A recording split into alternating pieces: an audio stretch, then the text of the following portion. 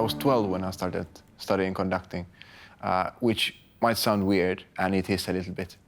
But I think music doesn't have age or any parameters like that. Music touches people spontaneously, and everything which matters is how you do things. Conducting is very abstract if you compare it to playing an instrument. So actually all what matters is that what you get out of the orchestra. And basically before each concert, there is usually a 3-day period of rehearsals. And that's where the magic happens, so to say. Every artist, every orchestra member you're working with is a highly trained, educated person and possibly decades of experience. So if you would not listen to your musicians, to your fellow colleagues, you would be stupid, because there is quite a big chance that someone else has figured out something which you have not. And my job is to value those ideas, but guide us all towards a certain aim.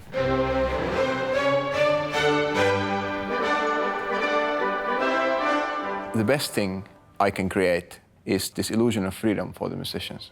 Because the thing is, a good orchestra, they don't need somebody who is just beating time. But it's something more spiritual, something much more instant, spontaneous. Because the musicians are always following the conductor, and the conductor never is in the present, but you have to always anticipate what is happening and how you prepare that. Because of course, if you act in the exact moment, now moment, you're late. The most magical moments are always the moments when something happens which is not planned. It can be a completely different color suddenly, or you leave a little bit of time to certain transition in order to emphasize. Those moments are magic, because then people react to it. Oh.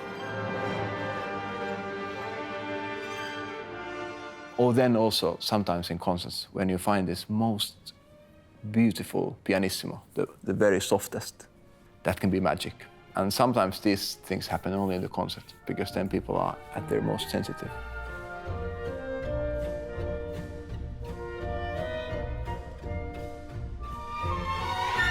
You know quite well in advance what you're going to do where.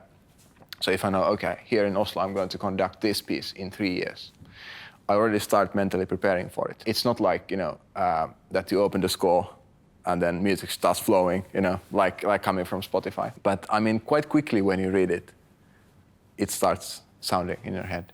The problem nowadays, when we come to a classical concert, is that people have already heard everything, Nothing sounds to their ears shocking. And our job, duty, I think, is to recreate this sort of illusion of So even in music, which is very old, but the most fascinating thing is to find for each piece, for each composer, each style, a completely different way of approaching. Why did, let's say, Beethoven write this note, and why not the other note? And then we just have to think about why. And then some not so serious musicians might think that, well, okay, then I'll just do because I want to do like this, because of me. Okay, that's all right. No, it's not all right. So actually you should always think about the context. Why is that? And then to find yourself the reason why to do that. So sometimes it can be quite exhausting. So for example, now at the moment, I'm just studying a piece, Mahler 9th Symphony. And I'm trying to get inside the head of a man in his late 40s with heart disease, unfaithful wife, a daughter just died, got fired from his job, and is sort of knowing that he's going to die soon. And then he writes the most wonderful symphony, a farewell to life, farewell to society, farewell to everyone.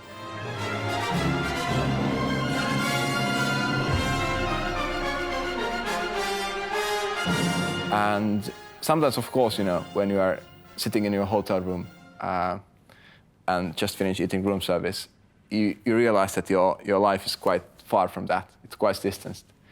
But it should be always about the work in itself, the composer, not about you. That's something which is just so fascinating each time.